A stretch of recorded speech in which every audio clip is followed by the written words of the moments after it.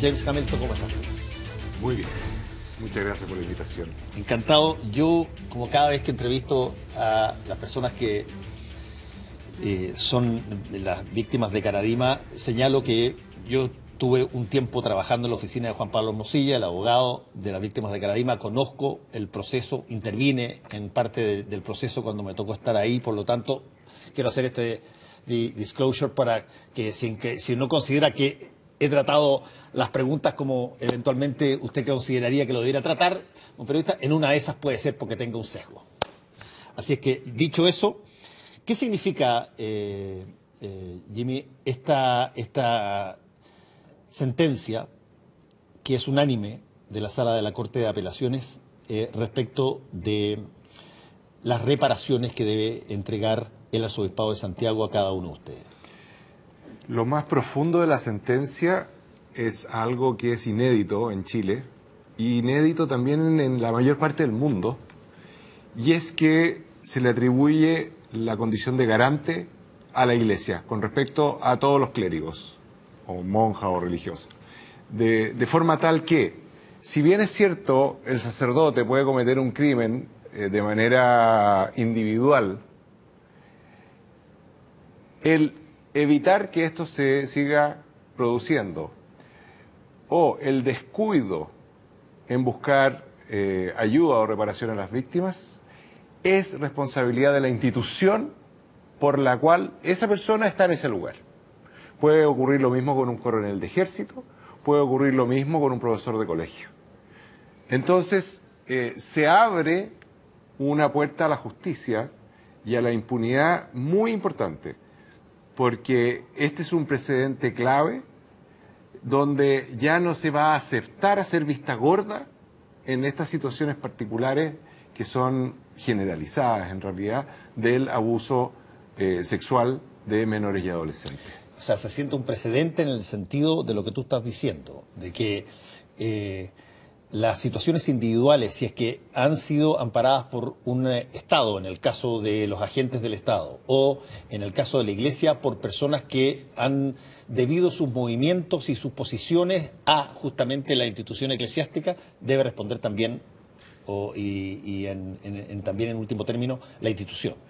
Totalmente, y es muy clave este proceso porque también va a obligar a las instituciones a tener una selección de las personas, a tener un cuidado y a entender que el poder no es un poder que se usa para el abuso en todo orden de cosas, sino más bien es un poder que tiene que estar al servicio.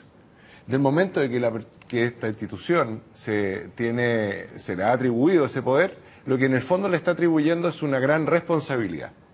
El abandono de deberes frente a esa responsabilidad es lo que hoy está penando la justicia civil, donde dice, comillas, dice, todos estos hechos constituyen un encubrimiento civil, lo cual está perfecto porque estamos en una demanda civil. Ahora, lo que sigue hacia adelante y que es bien importante considerar es que tanto Errázuriz está en una investigación criminal por perjurio y Esati está en una investigación criminal por encubrimiento de hechos acaecidos que no han cumplido la prescripción. Por lo tanto, también esperamos en el futuro que esto sea una luz o al menos un indicio para Fiscalía, para todos los que están investigando en la arista penal, de manera tal de que también se sientan respaldados y con todas las pruebas que son innumerablemente más y la cantidad de víctimas que ya el broche de oro fue esta pobre persona que fue violada, abusado por este cura de la catedral. Entonces, yo siento una profunda satisfacción porque es un precedente no solo para Chile, sino que para el mundo, porque en el mundo, incluso en Estados Unidos, los fallos y las indemnizaciones se originaban en culpabilidades dentro de delitos que no habían prescrito o en estados en que la prescripción no corría. Por lo tanto, las indemnizaciones, las responsabilidades civiles estaban asociadas al juicio de un delito que estaba en ese momento considerado como activo. Pues bien, prácticamente en ninguna parte del mundo, no sé si en Australia, se había obligado a la institución a la cual pertenecen los responsables de estos delitos a indemnizar y a aceptar un encubrimiento civil al menos y a también retribuir de alguna manera o reparar a las víctimas. Hay una nueva persona a cargo del Arzobispado de Santiago, es un administrador apostólico que hoy día habló respecto de esto, Celestino Aos, y te quiero que me acompañes a escuchar lo que él dijo y comentamos un poquitito. Perfecto. El Arzobispado de Santiago manifiesta su conformidad con el fallo dictado por la Corte de Apelaciones de Santiago y confía en que esta sentencia contribuya al proceso de reparación del dolor sufrido por las víctimas de Fernando Karadima. Este fallo marca un paso importante en nuestro proceso de restablecer la justicia y la confianza en nuestra Iglesia de Santiago, porque apunta directamente a las falencias que tuvimos en este caso. Si bien el fallo excluye que haya habido encubrimiento de los abusos por parte del Arzobispado, la resolución atribuye responsabilidad a la institución por los errores que hemos reconocido desde un comienzo, la forma en que se tramitaron las denuncias presentadas por los demandantes, la inadecuada valoración de las mismas y la falta de acompañamiento a las víctimas. A ver, ahí hay varias cosas que son interesantes de lo que dice Celestino Aos. Primero dice de que aquí no está tipificada la figura de encubrimiento en lo penal. Claro, del abuso propiamente tal. Del abuso propiamente tal. Ellos no están, lo que se dice es que penalmente el fallo no lo explicita. Lo que explicita el fallo son todos los eventos. Cuando uno lo lee, salen todos los eventos y conductas que encubren, que protegen al perpetrador, pero que en el contexto civil obviamente generan un daño permanente no solo a las víctimas, a sus familias, al entorno. Y eso es lo que en un tribunal civil es en lo que puede fallar. Pero cuando uno lee eso, gran parte de lo que está en ese fallo civil va a ser utilizado para el fallo penal. Ahora, yo pienso que lo mejor para llegar a una reconciliación, a un punto nuevo de partida, es ser un poquitito menos, usar menos eufemismo. Cuando se habla de errores o de... no son errores. Es bien importante en esto las palabras, la lingüística, porque define cosas distintas. El error generalmente ocurre de un acto involuntario.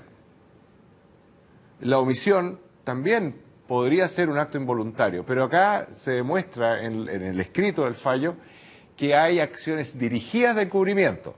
Se aceptó como prueba la carta que le envía el cardenal Errázuriz al nuncio, donde le dice que no le va a tomar ni siquiera declaración a Karadima, donde dice además que hay que cuidar el entorno de Karadima y que de alguna manera hay que contener a las víctimas para que no vayan a afectar más este entorno o a afectar a la Iglesia.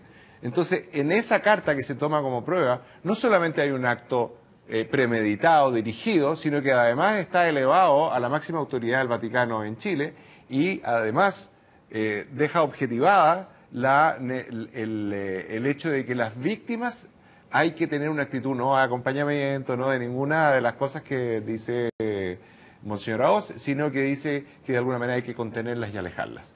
Posteriormente, en el fallo también se explicita el daño por daños directos realizados por Errázuriz y por Esati. Por ejemplo, perjudicar a Juan Carlos Cruz cuando lo querían proponer para la Comisión contra el Abuso en el Vaticano, donde aparecen los mails que lo tratan de serpiente. Eso está remencionado, esos hechos en el fallo. También está mencionado como hubo una persecución, bueno, en mi caso, sorry por la autorreferencia, pero cómo hay una persecución en mi labor profesional para tratar de dejarme sin pega.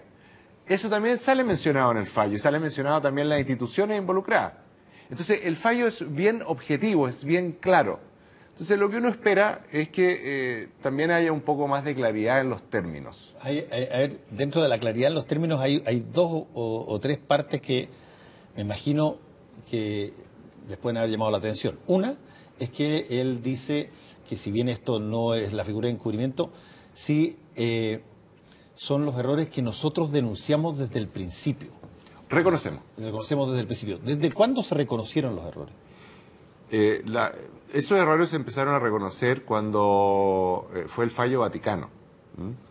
Pero también, en ese momento también llega Sati al poder y de alguna manera, así como hoy día él se lava las manos en una entrevista en un canal cercano, él dice que en realidad él ya no tiene por qué dar cuenta ni explicar nada porque él ya no es arzobispo. Entonces que lo diga el nuevo obispo, o sea, como diciendo yo ya no soy, así que no importa. Y además que este es un fallo contra el arzobispado, no es contra mí. Entonces, en el momento en que él asume también, trata de echar todo de ese momento a lo que era la administración de Errázuriz, lo cual era correcto. Pero él como obispo auxiliar de Santiago también recibió denuncia de José Andrés Murillo, también recibió denuncia a través de Cristian Contreras, que hoy en día es obispo de Melipilla. Entonces, como obispos auxiliares de Santiago de Errázuriz, que incluía Arteaga, ellos también contribuyeron a aplacar, o a esta voluntad del jefe, del capo, que era Errázuriz, de aplacar en el sentido de contengamos y acallemos las víctimas. Hay una característica que no la menciona ahí el administrador apostólico, pero se conoció, habiendo la posibilidad de una última instancia que es la Corte Suprema, el arzobispado de Santiago decide no apelar a esto, se conforma con el fallo. Esto puede ser un precedente para la multitud de casos que eventualmente puedan ser investigados y fallados y que están hoy día en curso en la justicia. Yo pienso que en la gran mayoría, 99%, sí. Sí, pienso que detrás de las palabras del administrador apostólico siento que hay un verdadero deseo de iniciar una nueva etapa. Sería iluso o en este caso poco racional, después de todo el gesto y los intentos que ha hecho de ordenar esto el Papa, considerando que el administrador apostólico tiene una dependencia directa del Papa, bueno, como todo el obispo, pero en particular un administrador, sería muy ilógico pensar que hoy realmente no hubiera una voluntad, como lo dijo después en la misma entrevista, en la misma declaración, dice algo que nosotros concordamos con él y estamos dispuestos a darle el espacio para que actúe donde él dice que vamos a trabajar en conjunto, se refiere a nosotros, para buscar verdad y justicia. Y en ese sentido nosotros le tomamos la palabra. Nosotros vamos a estar siempre dispuestos porque hay muchas víctimas que pueden ahorrarse estos 9 o 7 años en el caso civil, si es que hay una real voluntad del arzobispado de las diferentes congregaciones religiosas. No olvidemos a los jesuitas, no olvidemos a los salesianos, no olvidemos a los maristas. Entonces, esto ya es un signo o es un indicio para todos. Si se puede generar realmente un espacio de verdad, de justicia y de reparación, va a haber mucha salud, mucha justamente reparación psíquica y física para cientos y probablemente miles de víctimas. Sí, yo usé la palabra precedente, que en términos de la legislación chilena no existe el precedente tal cual como existe en la legislación anglosajona, donde efectivamente el fallo de un juez determina puede determinar otro. Pero es cierto que esto es primera vez que pasa, de que una arquidiócesis sea forzada a tener que compensar monetariamente por acciones de alguno de sus funcionarios. Sí. Existió el juicio, se le hizo un juicio al arzobispado de Santiago en el caso del cura Tato, sí, que se perdió. También hubo un juicio en Punta Arenas, que también se perdió. Y los argumentos en esas instancias hoy en día quedan totalmente borrados. El fallo de hoy es tremendamente importante porque se extiende, se sale de lo eclesiástico, se sale de lo que es el rango de influencia de la Iglesia, sino que habla de la responsabilidad de la institución. Y esa es la clave, porque por analogía, todas las otras instituciones, una víctima podría recurrir justamente al precedente como un antecedente para su propia demanda el día de mañana. Ahora, la gente puede decir, bueno, esto se va a transformar en un mundo de demanda. No es así, porque en los lugares donde esto ocurre, el hecho de demandar es un esfuerzo gigantesco. Por eso que se hacen, dentro de lo posible, comisiones para buscar un camino expedito de verdad y justicia. Porque el camino a través de la justicia es muy doloroso y ni siquiera 1/10 de las víctimas son capaces de enfrentarlo. Nosotros pudimos porque teníamos principalmente el apoyo de nuestra familia, incondicional. Luego teníamos el apoyo de un abogado excepcional, que además es un amigo, y pudimos estar los tres juntos, pero solos, sin familia, a veces con la familia que además te recrimina y no te cree, tú no puedes dar este paso. Además que la persona que es víctima puede tardar toda su vida en darse cuenta que fue víctima, porque en infancia, cuando ocurren estos hechos, y ya hay mucha evidencia, se enquista la culpa. Se genera una especie como de costra en tu corazón, en tu alma, en tu mente, que te impide actuar o reconocerte como un ser humano válido, valioso, y que le da toda la estructura mental para entender este acto tan atroz, finalmente se centra en lo que está más cerca que uno mismo. Entonces, esa culpa que tiene la víctima requiere un proceso de terapia largo, de apoyo de nosotros, de la sociedad, de la familia. Si eso no se sana, jamás va a tener la fuerza y tampoco debe enfrentar un proceso judicial. Jimmy, déjame preguntarte algo que tiene que ver con una de las cosas más inusuales en todo lo que ha sido esta saga, que fue el que el Papa en un momento dado invitara a ustedes, con el abogado, a que fueran al Vaticano, a la comisión que generó Monseñor Chicluna y Bertomeu acá en Chile, que abrió una serie de otras cosas, que generó y gatilló además un cambio sustancial en los fiscales, que empezaron a allanar los obispados. ¿Qué tanto sientes tú que eso es una nueva forma de enfrentar este tipo de problemas, o tú piensas que esto va a ser tratado uno a uno?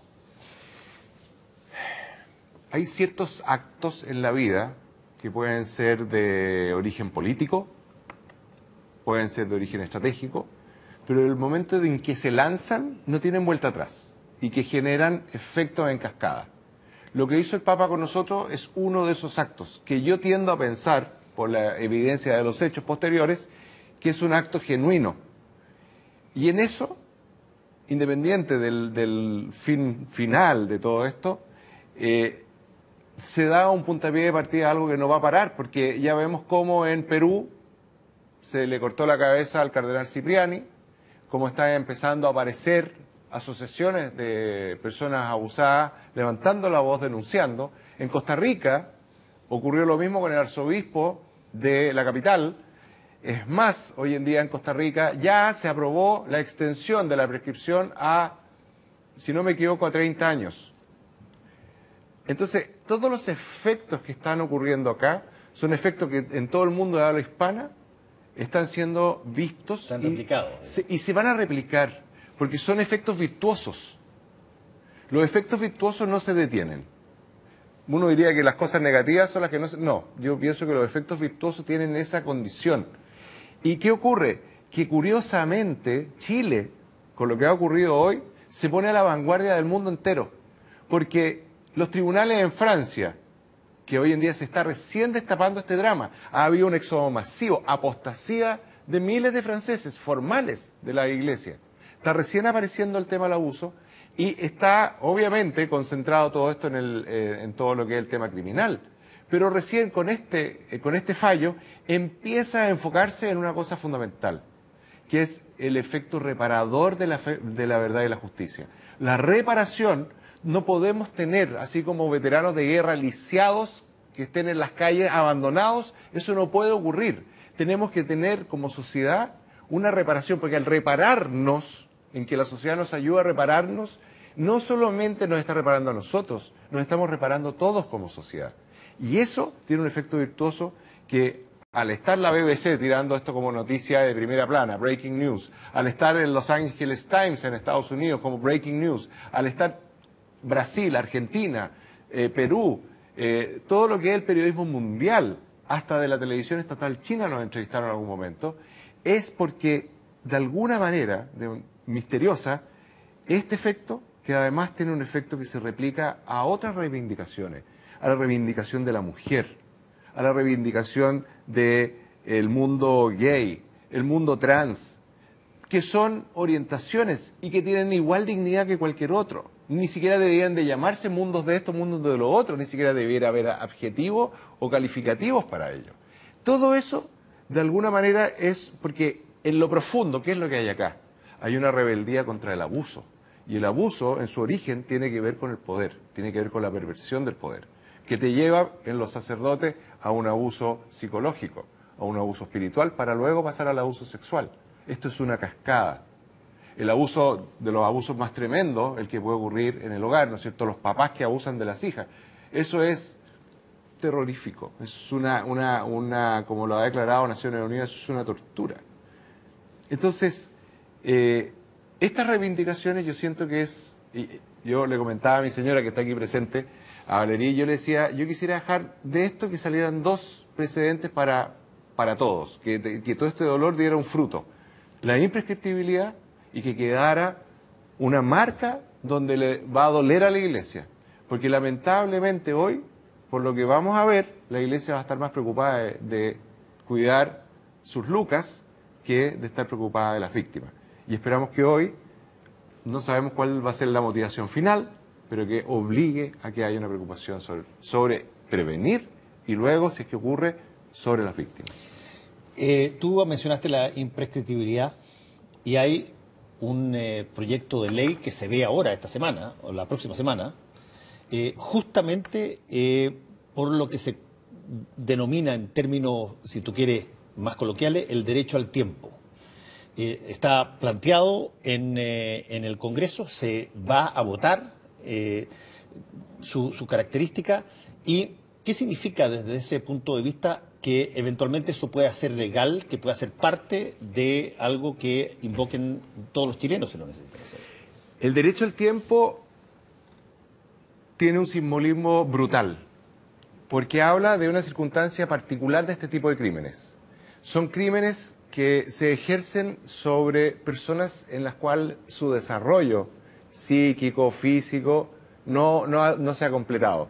Por lo tanto, el daño que se genera biológico, que hoy en día yo podría mostrar resonancias de una persona que ha sufrido abuso, de una persona que no ha sufrido abuso a los 30 años.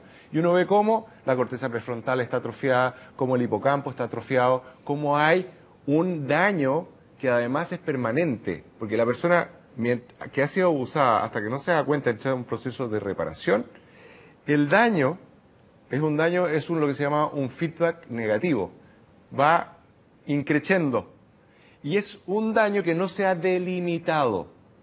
Por lo tanto, las condiciones de la víctima son las que impiden ponerle un tope. Nadie puede definir hasta dónde paró ese daño. Porque si uno comete un crimen y asesina a alguien, el daño queda circunscrito. Es terrible, pero está circunscrito.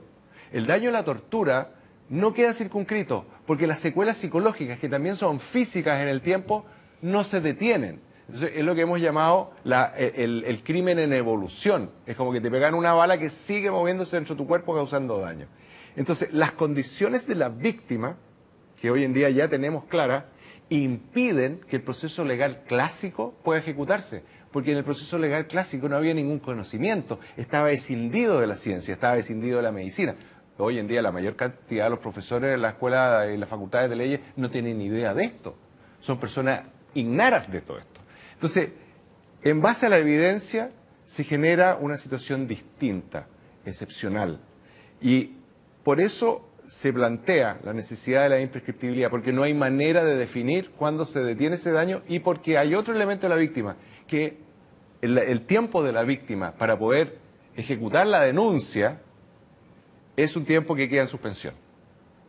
Y esas características de la víctima, no del crimen, no de lo que es el derecho o del derecho sexual, lo que sea, no son esos los elementos, sino que son características de la víctima que hacen que la justicia, para ser justos, tenga que llegar a la imprescriptibilidad.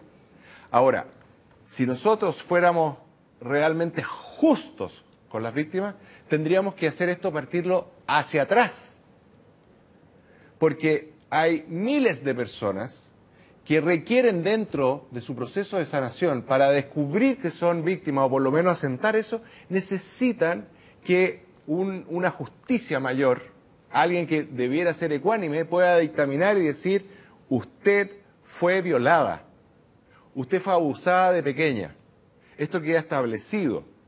Eso es un derecho fundamental, que es el derecho al acceso a la justicia. Ahora, si el día de mañana, en esa circunstancia, se puede decir que mire, que para atrás no podemos hacer esto hacia adelante, porque mire, vamos a alterar lo que es la retroactividad. Sí, vamos a alterar lo que es el prorreo. Fíjate que todas las condiciones de retroactividad que hablan que servirían para el orden social, lo único que hacen es beneficiar al criminal. Tú haces el crimen perfecto en Chile, pasan la cantidad de años, son 10 años, y tú puedes salir a la calle a escribir el libro sobre tu crimen perfecto. Eso no ocurre en Estados Unidos. Y no ocurre en otros países anglosajones, donde no existe prescripción para crímenes de ese nivel. Entonces, ¿cuál es hoy? Y yo debo destacar a nuestros senadores, a los que dieron impulso al proyecto y a quienes lo han ido apoyando, a la Comisión de Constitución también. Debo destacar que había unanimidad en el deseo de que esto fuera retroactivo. Pero por temor al Tribunal Constitucional, un tribunal que ni siquiera ha sido elegido democráticamente. Fíjate que los legisladores que lo elegimos democráticamente en este país tienen menos peso que el Tribunal Constitucional. Eso es un sesgo de dictadura, de autoritarismo, que en Chile no debería existir. ¿Cuál es el temor que tienen al Tribunal Constitucional? Tienen el temor de que puedan declarar que la retroactividad esté asociada a la pena, como que le aumentara la pena al reo o al criminal. Entonces, que eso en realidad sería inconstitucional. Por lo tanto, tienen el temor de que si declaran la ley con efecto retroactivo, venga el Tribunal Constitucional y se los vote, ¿no es cierto? Llega un juez, por ejemplo, saca un fallo de un evento hacia atrás, retroactivo, y que vaya vayan los abogados al Tribunal Constitucional y decir: este fallo es inconstitucional. Y llega el tribunal y te lo va a votar. Ahora, déjame ahí hacerte una pregunta que tiene que ver con una mezcla de dos cosas. Una, según lo que te entendí, la persona puede no darse cuenta o no saber o tener bloqueado lo que le pasó y descubrirlo, entre otras cosas, como probablemente pasó cuando ustedes fueron los primeros en denunciar, y que muchas personas han estado aquí en el programa y he conversado con las personas, qué sé yo, que han sido sujetos de lo mismo en otras partes, y muchos advierten: mira, yo no me di cuenta exactamente de por qué yo tenía y padecía determinadas situaciones, hasta que escuché lo que a los víctimas de Caradima hablaban que les había pasado a ellos. Por lo tanto, tú puedes tener una conciencia de que fuiste víctima de una determinada manera muy tarde. Y por lo tanto te van a calcular, naturalmente te van a calcular el tiempo de prescripción de esa pena, que en Chile no sé cuántos años son. Son 10 años desde la mayoría de edad. De 18 años de edad hasta 28 años. O sea, después de los 28 ya está sonado. Aunque te encuentres todo el tiempo con tu abusador y se te ría en la cara. En otros países no es así. En algunos países. En los países anglosajones el abuso está tipificado de otra manera. Lo que pasa, en Estados Unidos depende de los estados. Como los estados tienen en ese sentido, del punto de vista legal, las leyes pueden variar. Hay algunos países en los cuales existe imprescriptibilidad total. Ahora, como bien tú dices, el problema es que el hecho de la develación interna de uno de que ha sido víctima, es un tema que es imposible definir el tiempo. Eso en Australia, en el estudio de varios miles de víctimas, donde se hizo una comisión de verdad y reconciliación, que lo hizo el gobierno australiano, se vio que el promedio de edad en que las personas declaraban por primera vez, no en un juicio, sino que declaraban a la familia, a un conocido, su historia de abuso era los 33 años. Ese era el promedio de edad. Y fíjate que la legislación chilena tenía hasta los 28 años como el límite. Imagínate una niñita que fue abusada a los 5 años. Antiguamente incluso pasaban 5 años de eso y a los 10 años estaba prescrito. Sí, en Chile el abuso ha sido el crimen perfecto.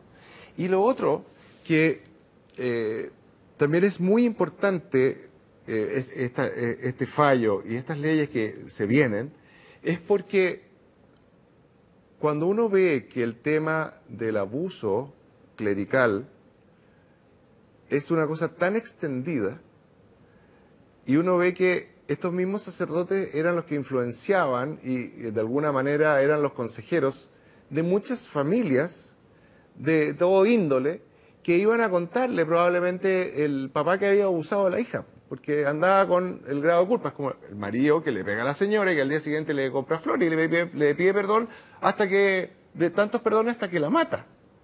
Bueno, en Chile, ¿qué ocurría?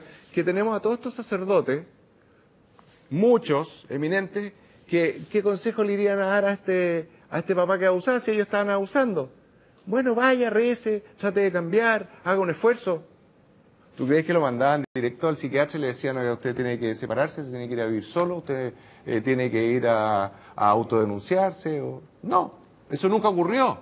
Por lo tanto, nosotros hemos vivido en una sociedad que hace 10 años se declaraba 78% católica, que seguía los consejos de los sacerdotes, que era aún más importante que las leyes, porque tenían cualquier problema importante, familiar o de este tipo de situaciones criminales, delictuales, y se lo iban a plantear a los sacerdotes para acallar su conciencia.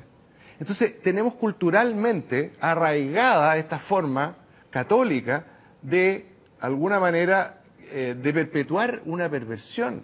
Uno cree, al principio pensábamos, no, solamente, yo me acuerdo, y te lo agradezco porque tú has sido en ese sentido, independiente que hayas trabajado con Juan Pablo, cuando estuvimos en Tolerancia Cero, también tú nos invitaste porque creíste en nosotros, o de alguna manera te teníamos algo que decir. Pero, ¿qué ocurre? Que en el tiempo, en la sociedad, todo esto ha estado totalmente oculto. Fundación para la Confianza hizo un estudio en un muestreo de más de 1000 personas comunes del Gran Santiago, donde en total, juntando hombres y mujeres, mucho más las mujeres, un 30% de la población chilena ha sido abusada antes de los 18 años. Entonces, al principio se pensaba que era solo Caradima. Después nos dimos cuenta que Caradima era una muestra, era la muestra de laboratorio, que permitió conocer que esto era una cosa totalmente sistémica, era una enfermedad totalmente difundida en la iglesia. Y nos estamos dando cuenta que esto es una enfermedad que de alguna manera, probablemente, no puedo atribuirlo todo, pero probablemente la iglesia ha difundido o ha permitido en la sociedad. Entonces, todo esto que está pasando va a llevar a una concatenación de eventos que van a ir haciendo más transparente, va a proteger más a la infancia y nos va a hacer ser un Chile más sano. Jimmy Hamilton, muchas gracias por haber estado con nosotros aquí. Gracias a ti, Fernando. Que te vaya bien.